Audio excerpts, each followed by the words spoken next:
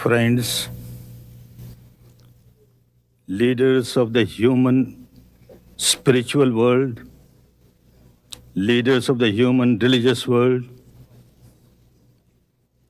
we thank the organizers that such a wonderful occasion is here, where we all can unite and serve the humanity. Religion is religion only when it unites. Religion is no more religion when it divides. Religion is not for dividing people, it is for uniting people.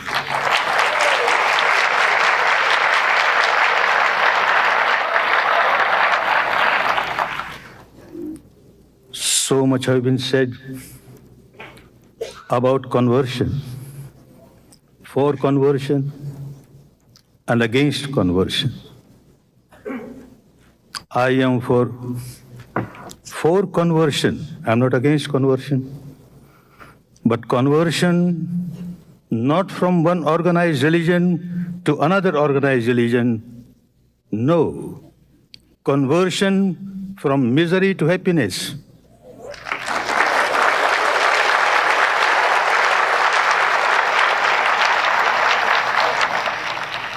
Conversion from bondage to liberation.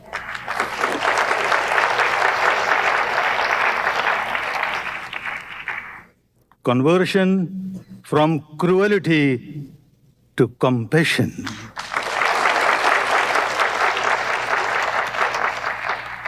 That is the conversion needed today. And that is what this organization should make a point to implement. Our ancient country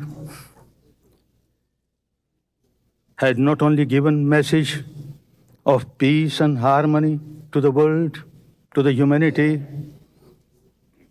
enlightened persons have given a method, a technique, how to have peace, how to have harmony. To me, to think of peace in the human society, we cannot ignore individuals. If there is no peace in the mind of the individual, I can't understand how can there be real peace in the human world.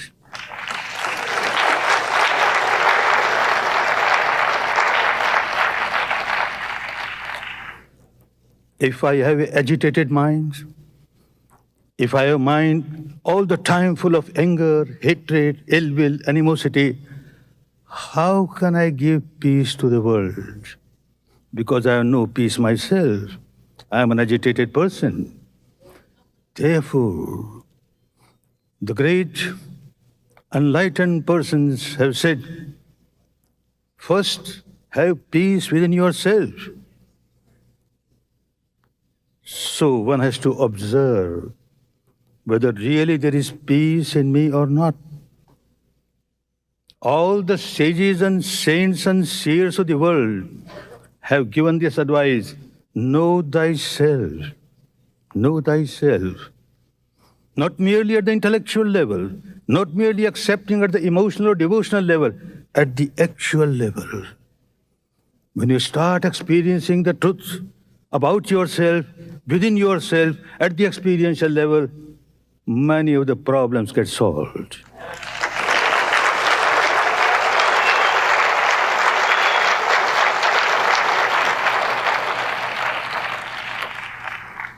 You start understanding the universal law of the nature, or universal law of the God Almighty, universal law which is applicable to one and all. When I start observing within myself, and I find that I am generating anger, hatred, ill will, animosity, I immediately realize that I am the first victim of my anger.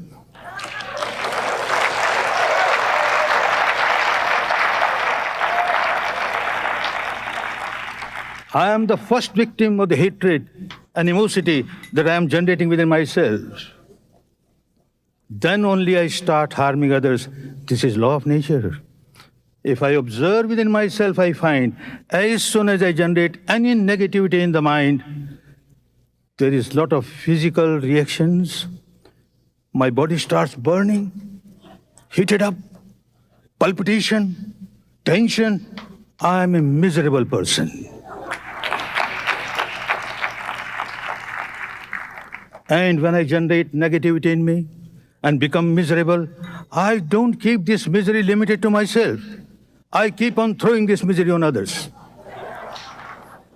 I make the entire atmosphere around me so tense that anybody who comes in contact with me becomes miserable. And I talk of peace. I talk of happiness. Keep on talking of happiness and peace. What is happening in me is more important to me than anything else. Law of nature. And if I am free from these negativities, if my mind is free from negativities, mind is pure, again law of nature starts working. I observe within myself, at this moment, there is no negativity in the mind, and look, the nature or the God Almighty has started rewarding me.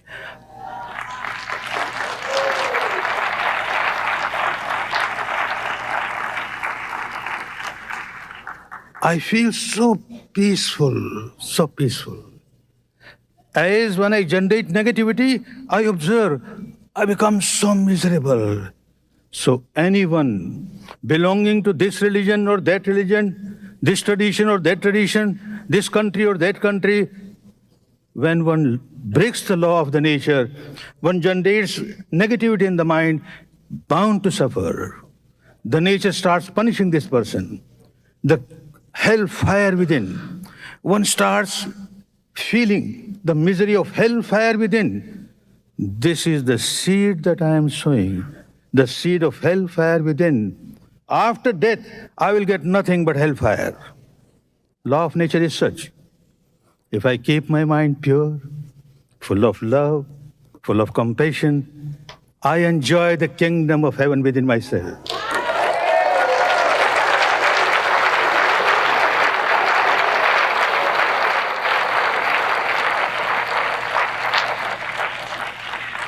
And this seed of kingdom of heaven will bring nothing but the fruit of the kingdom of heaven after death.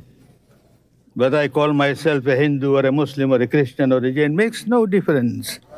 Makes no difference. Human being is human being. Human mind is human mind. Conversion should be from the impurity of the mind to purity of the mind.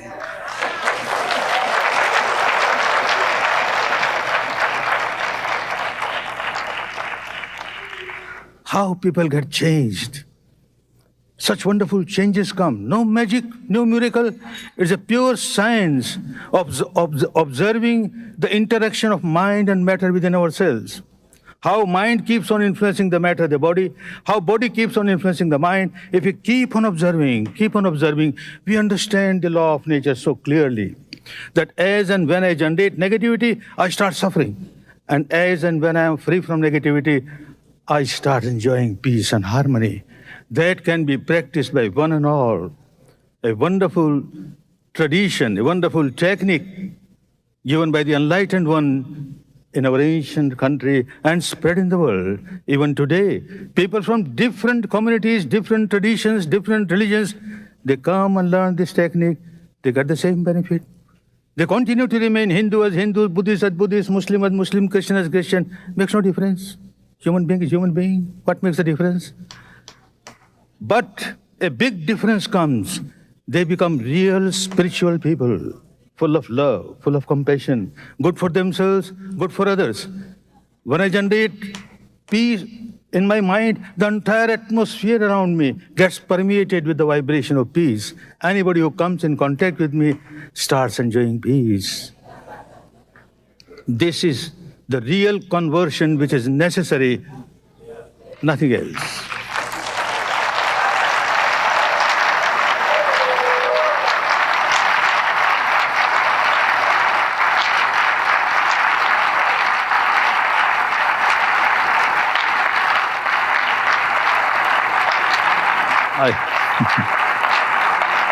Thank you. I have heard the sound of the bell. But still, permit me to read out a message of my ancient country, a benevolent message from my ancient country, which is inscribed on the rocks from 2,300 years and gives a message to the entire human world.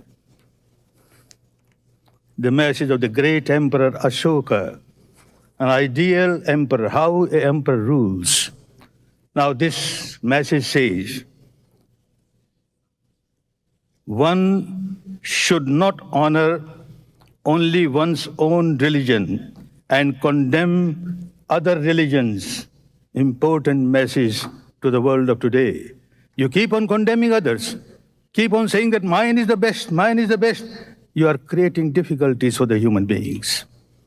Instead, one should honor other religions for various reasons. Every religion worth the name has got this core, the wholesome core of love, compassion, goodwill. Every religion give honor to the religion because of this core. The outer shell always differs. This rite, that ritual, this ceremony, that ceremony, this belief, that belief. Don't quarrel on those. But whatever is inner essence, give importance to that, and there will be no quarrel.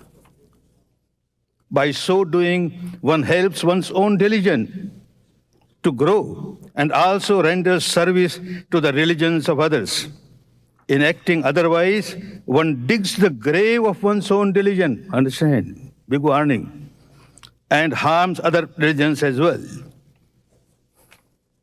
The message says, someone who honors his own religion and condemns other religions may do so out of devotion to his religion, thinking, I will glorify my religion.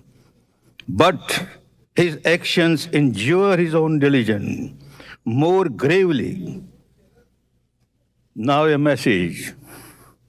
Let all listen. Let all listen. The message of Dharma, the message of the universal law. Concord is good. It is only concord which helps us, not the quarrel. Let all be willing to listen to the doctrine professed by the others. Don't condemn anything. Give importance to the essence of the teaching of every religion, and there will be really peace, real harmony.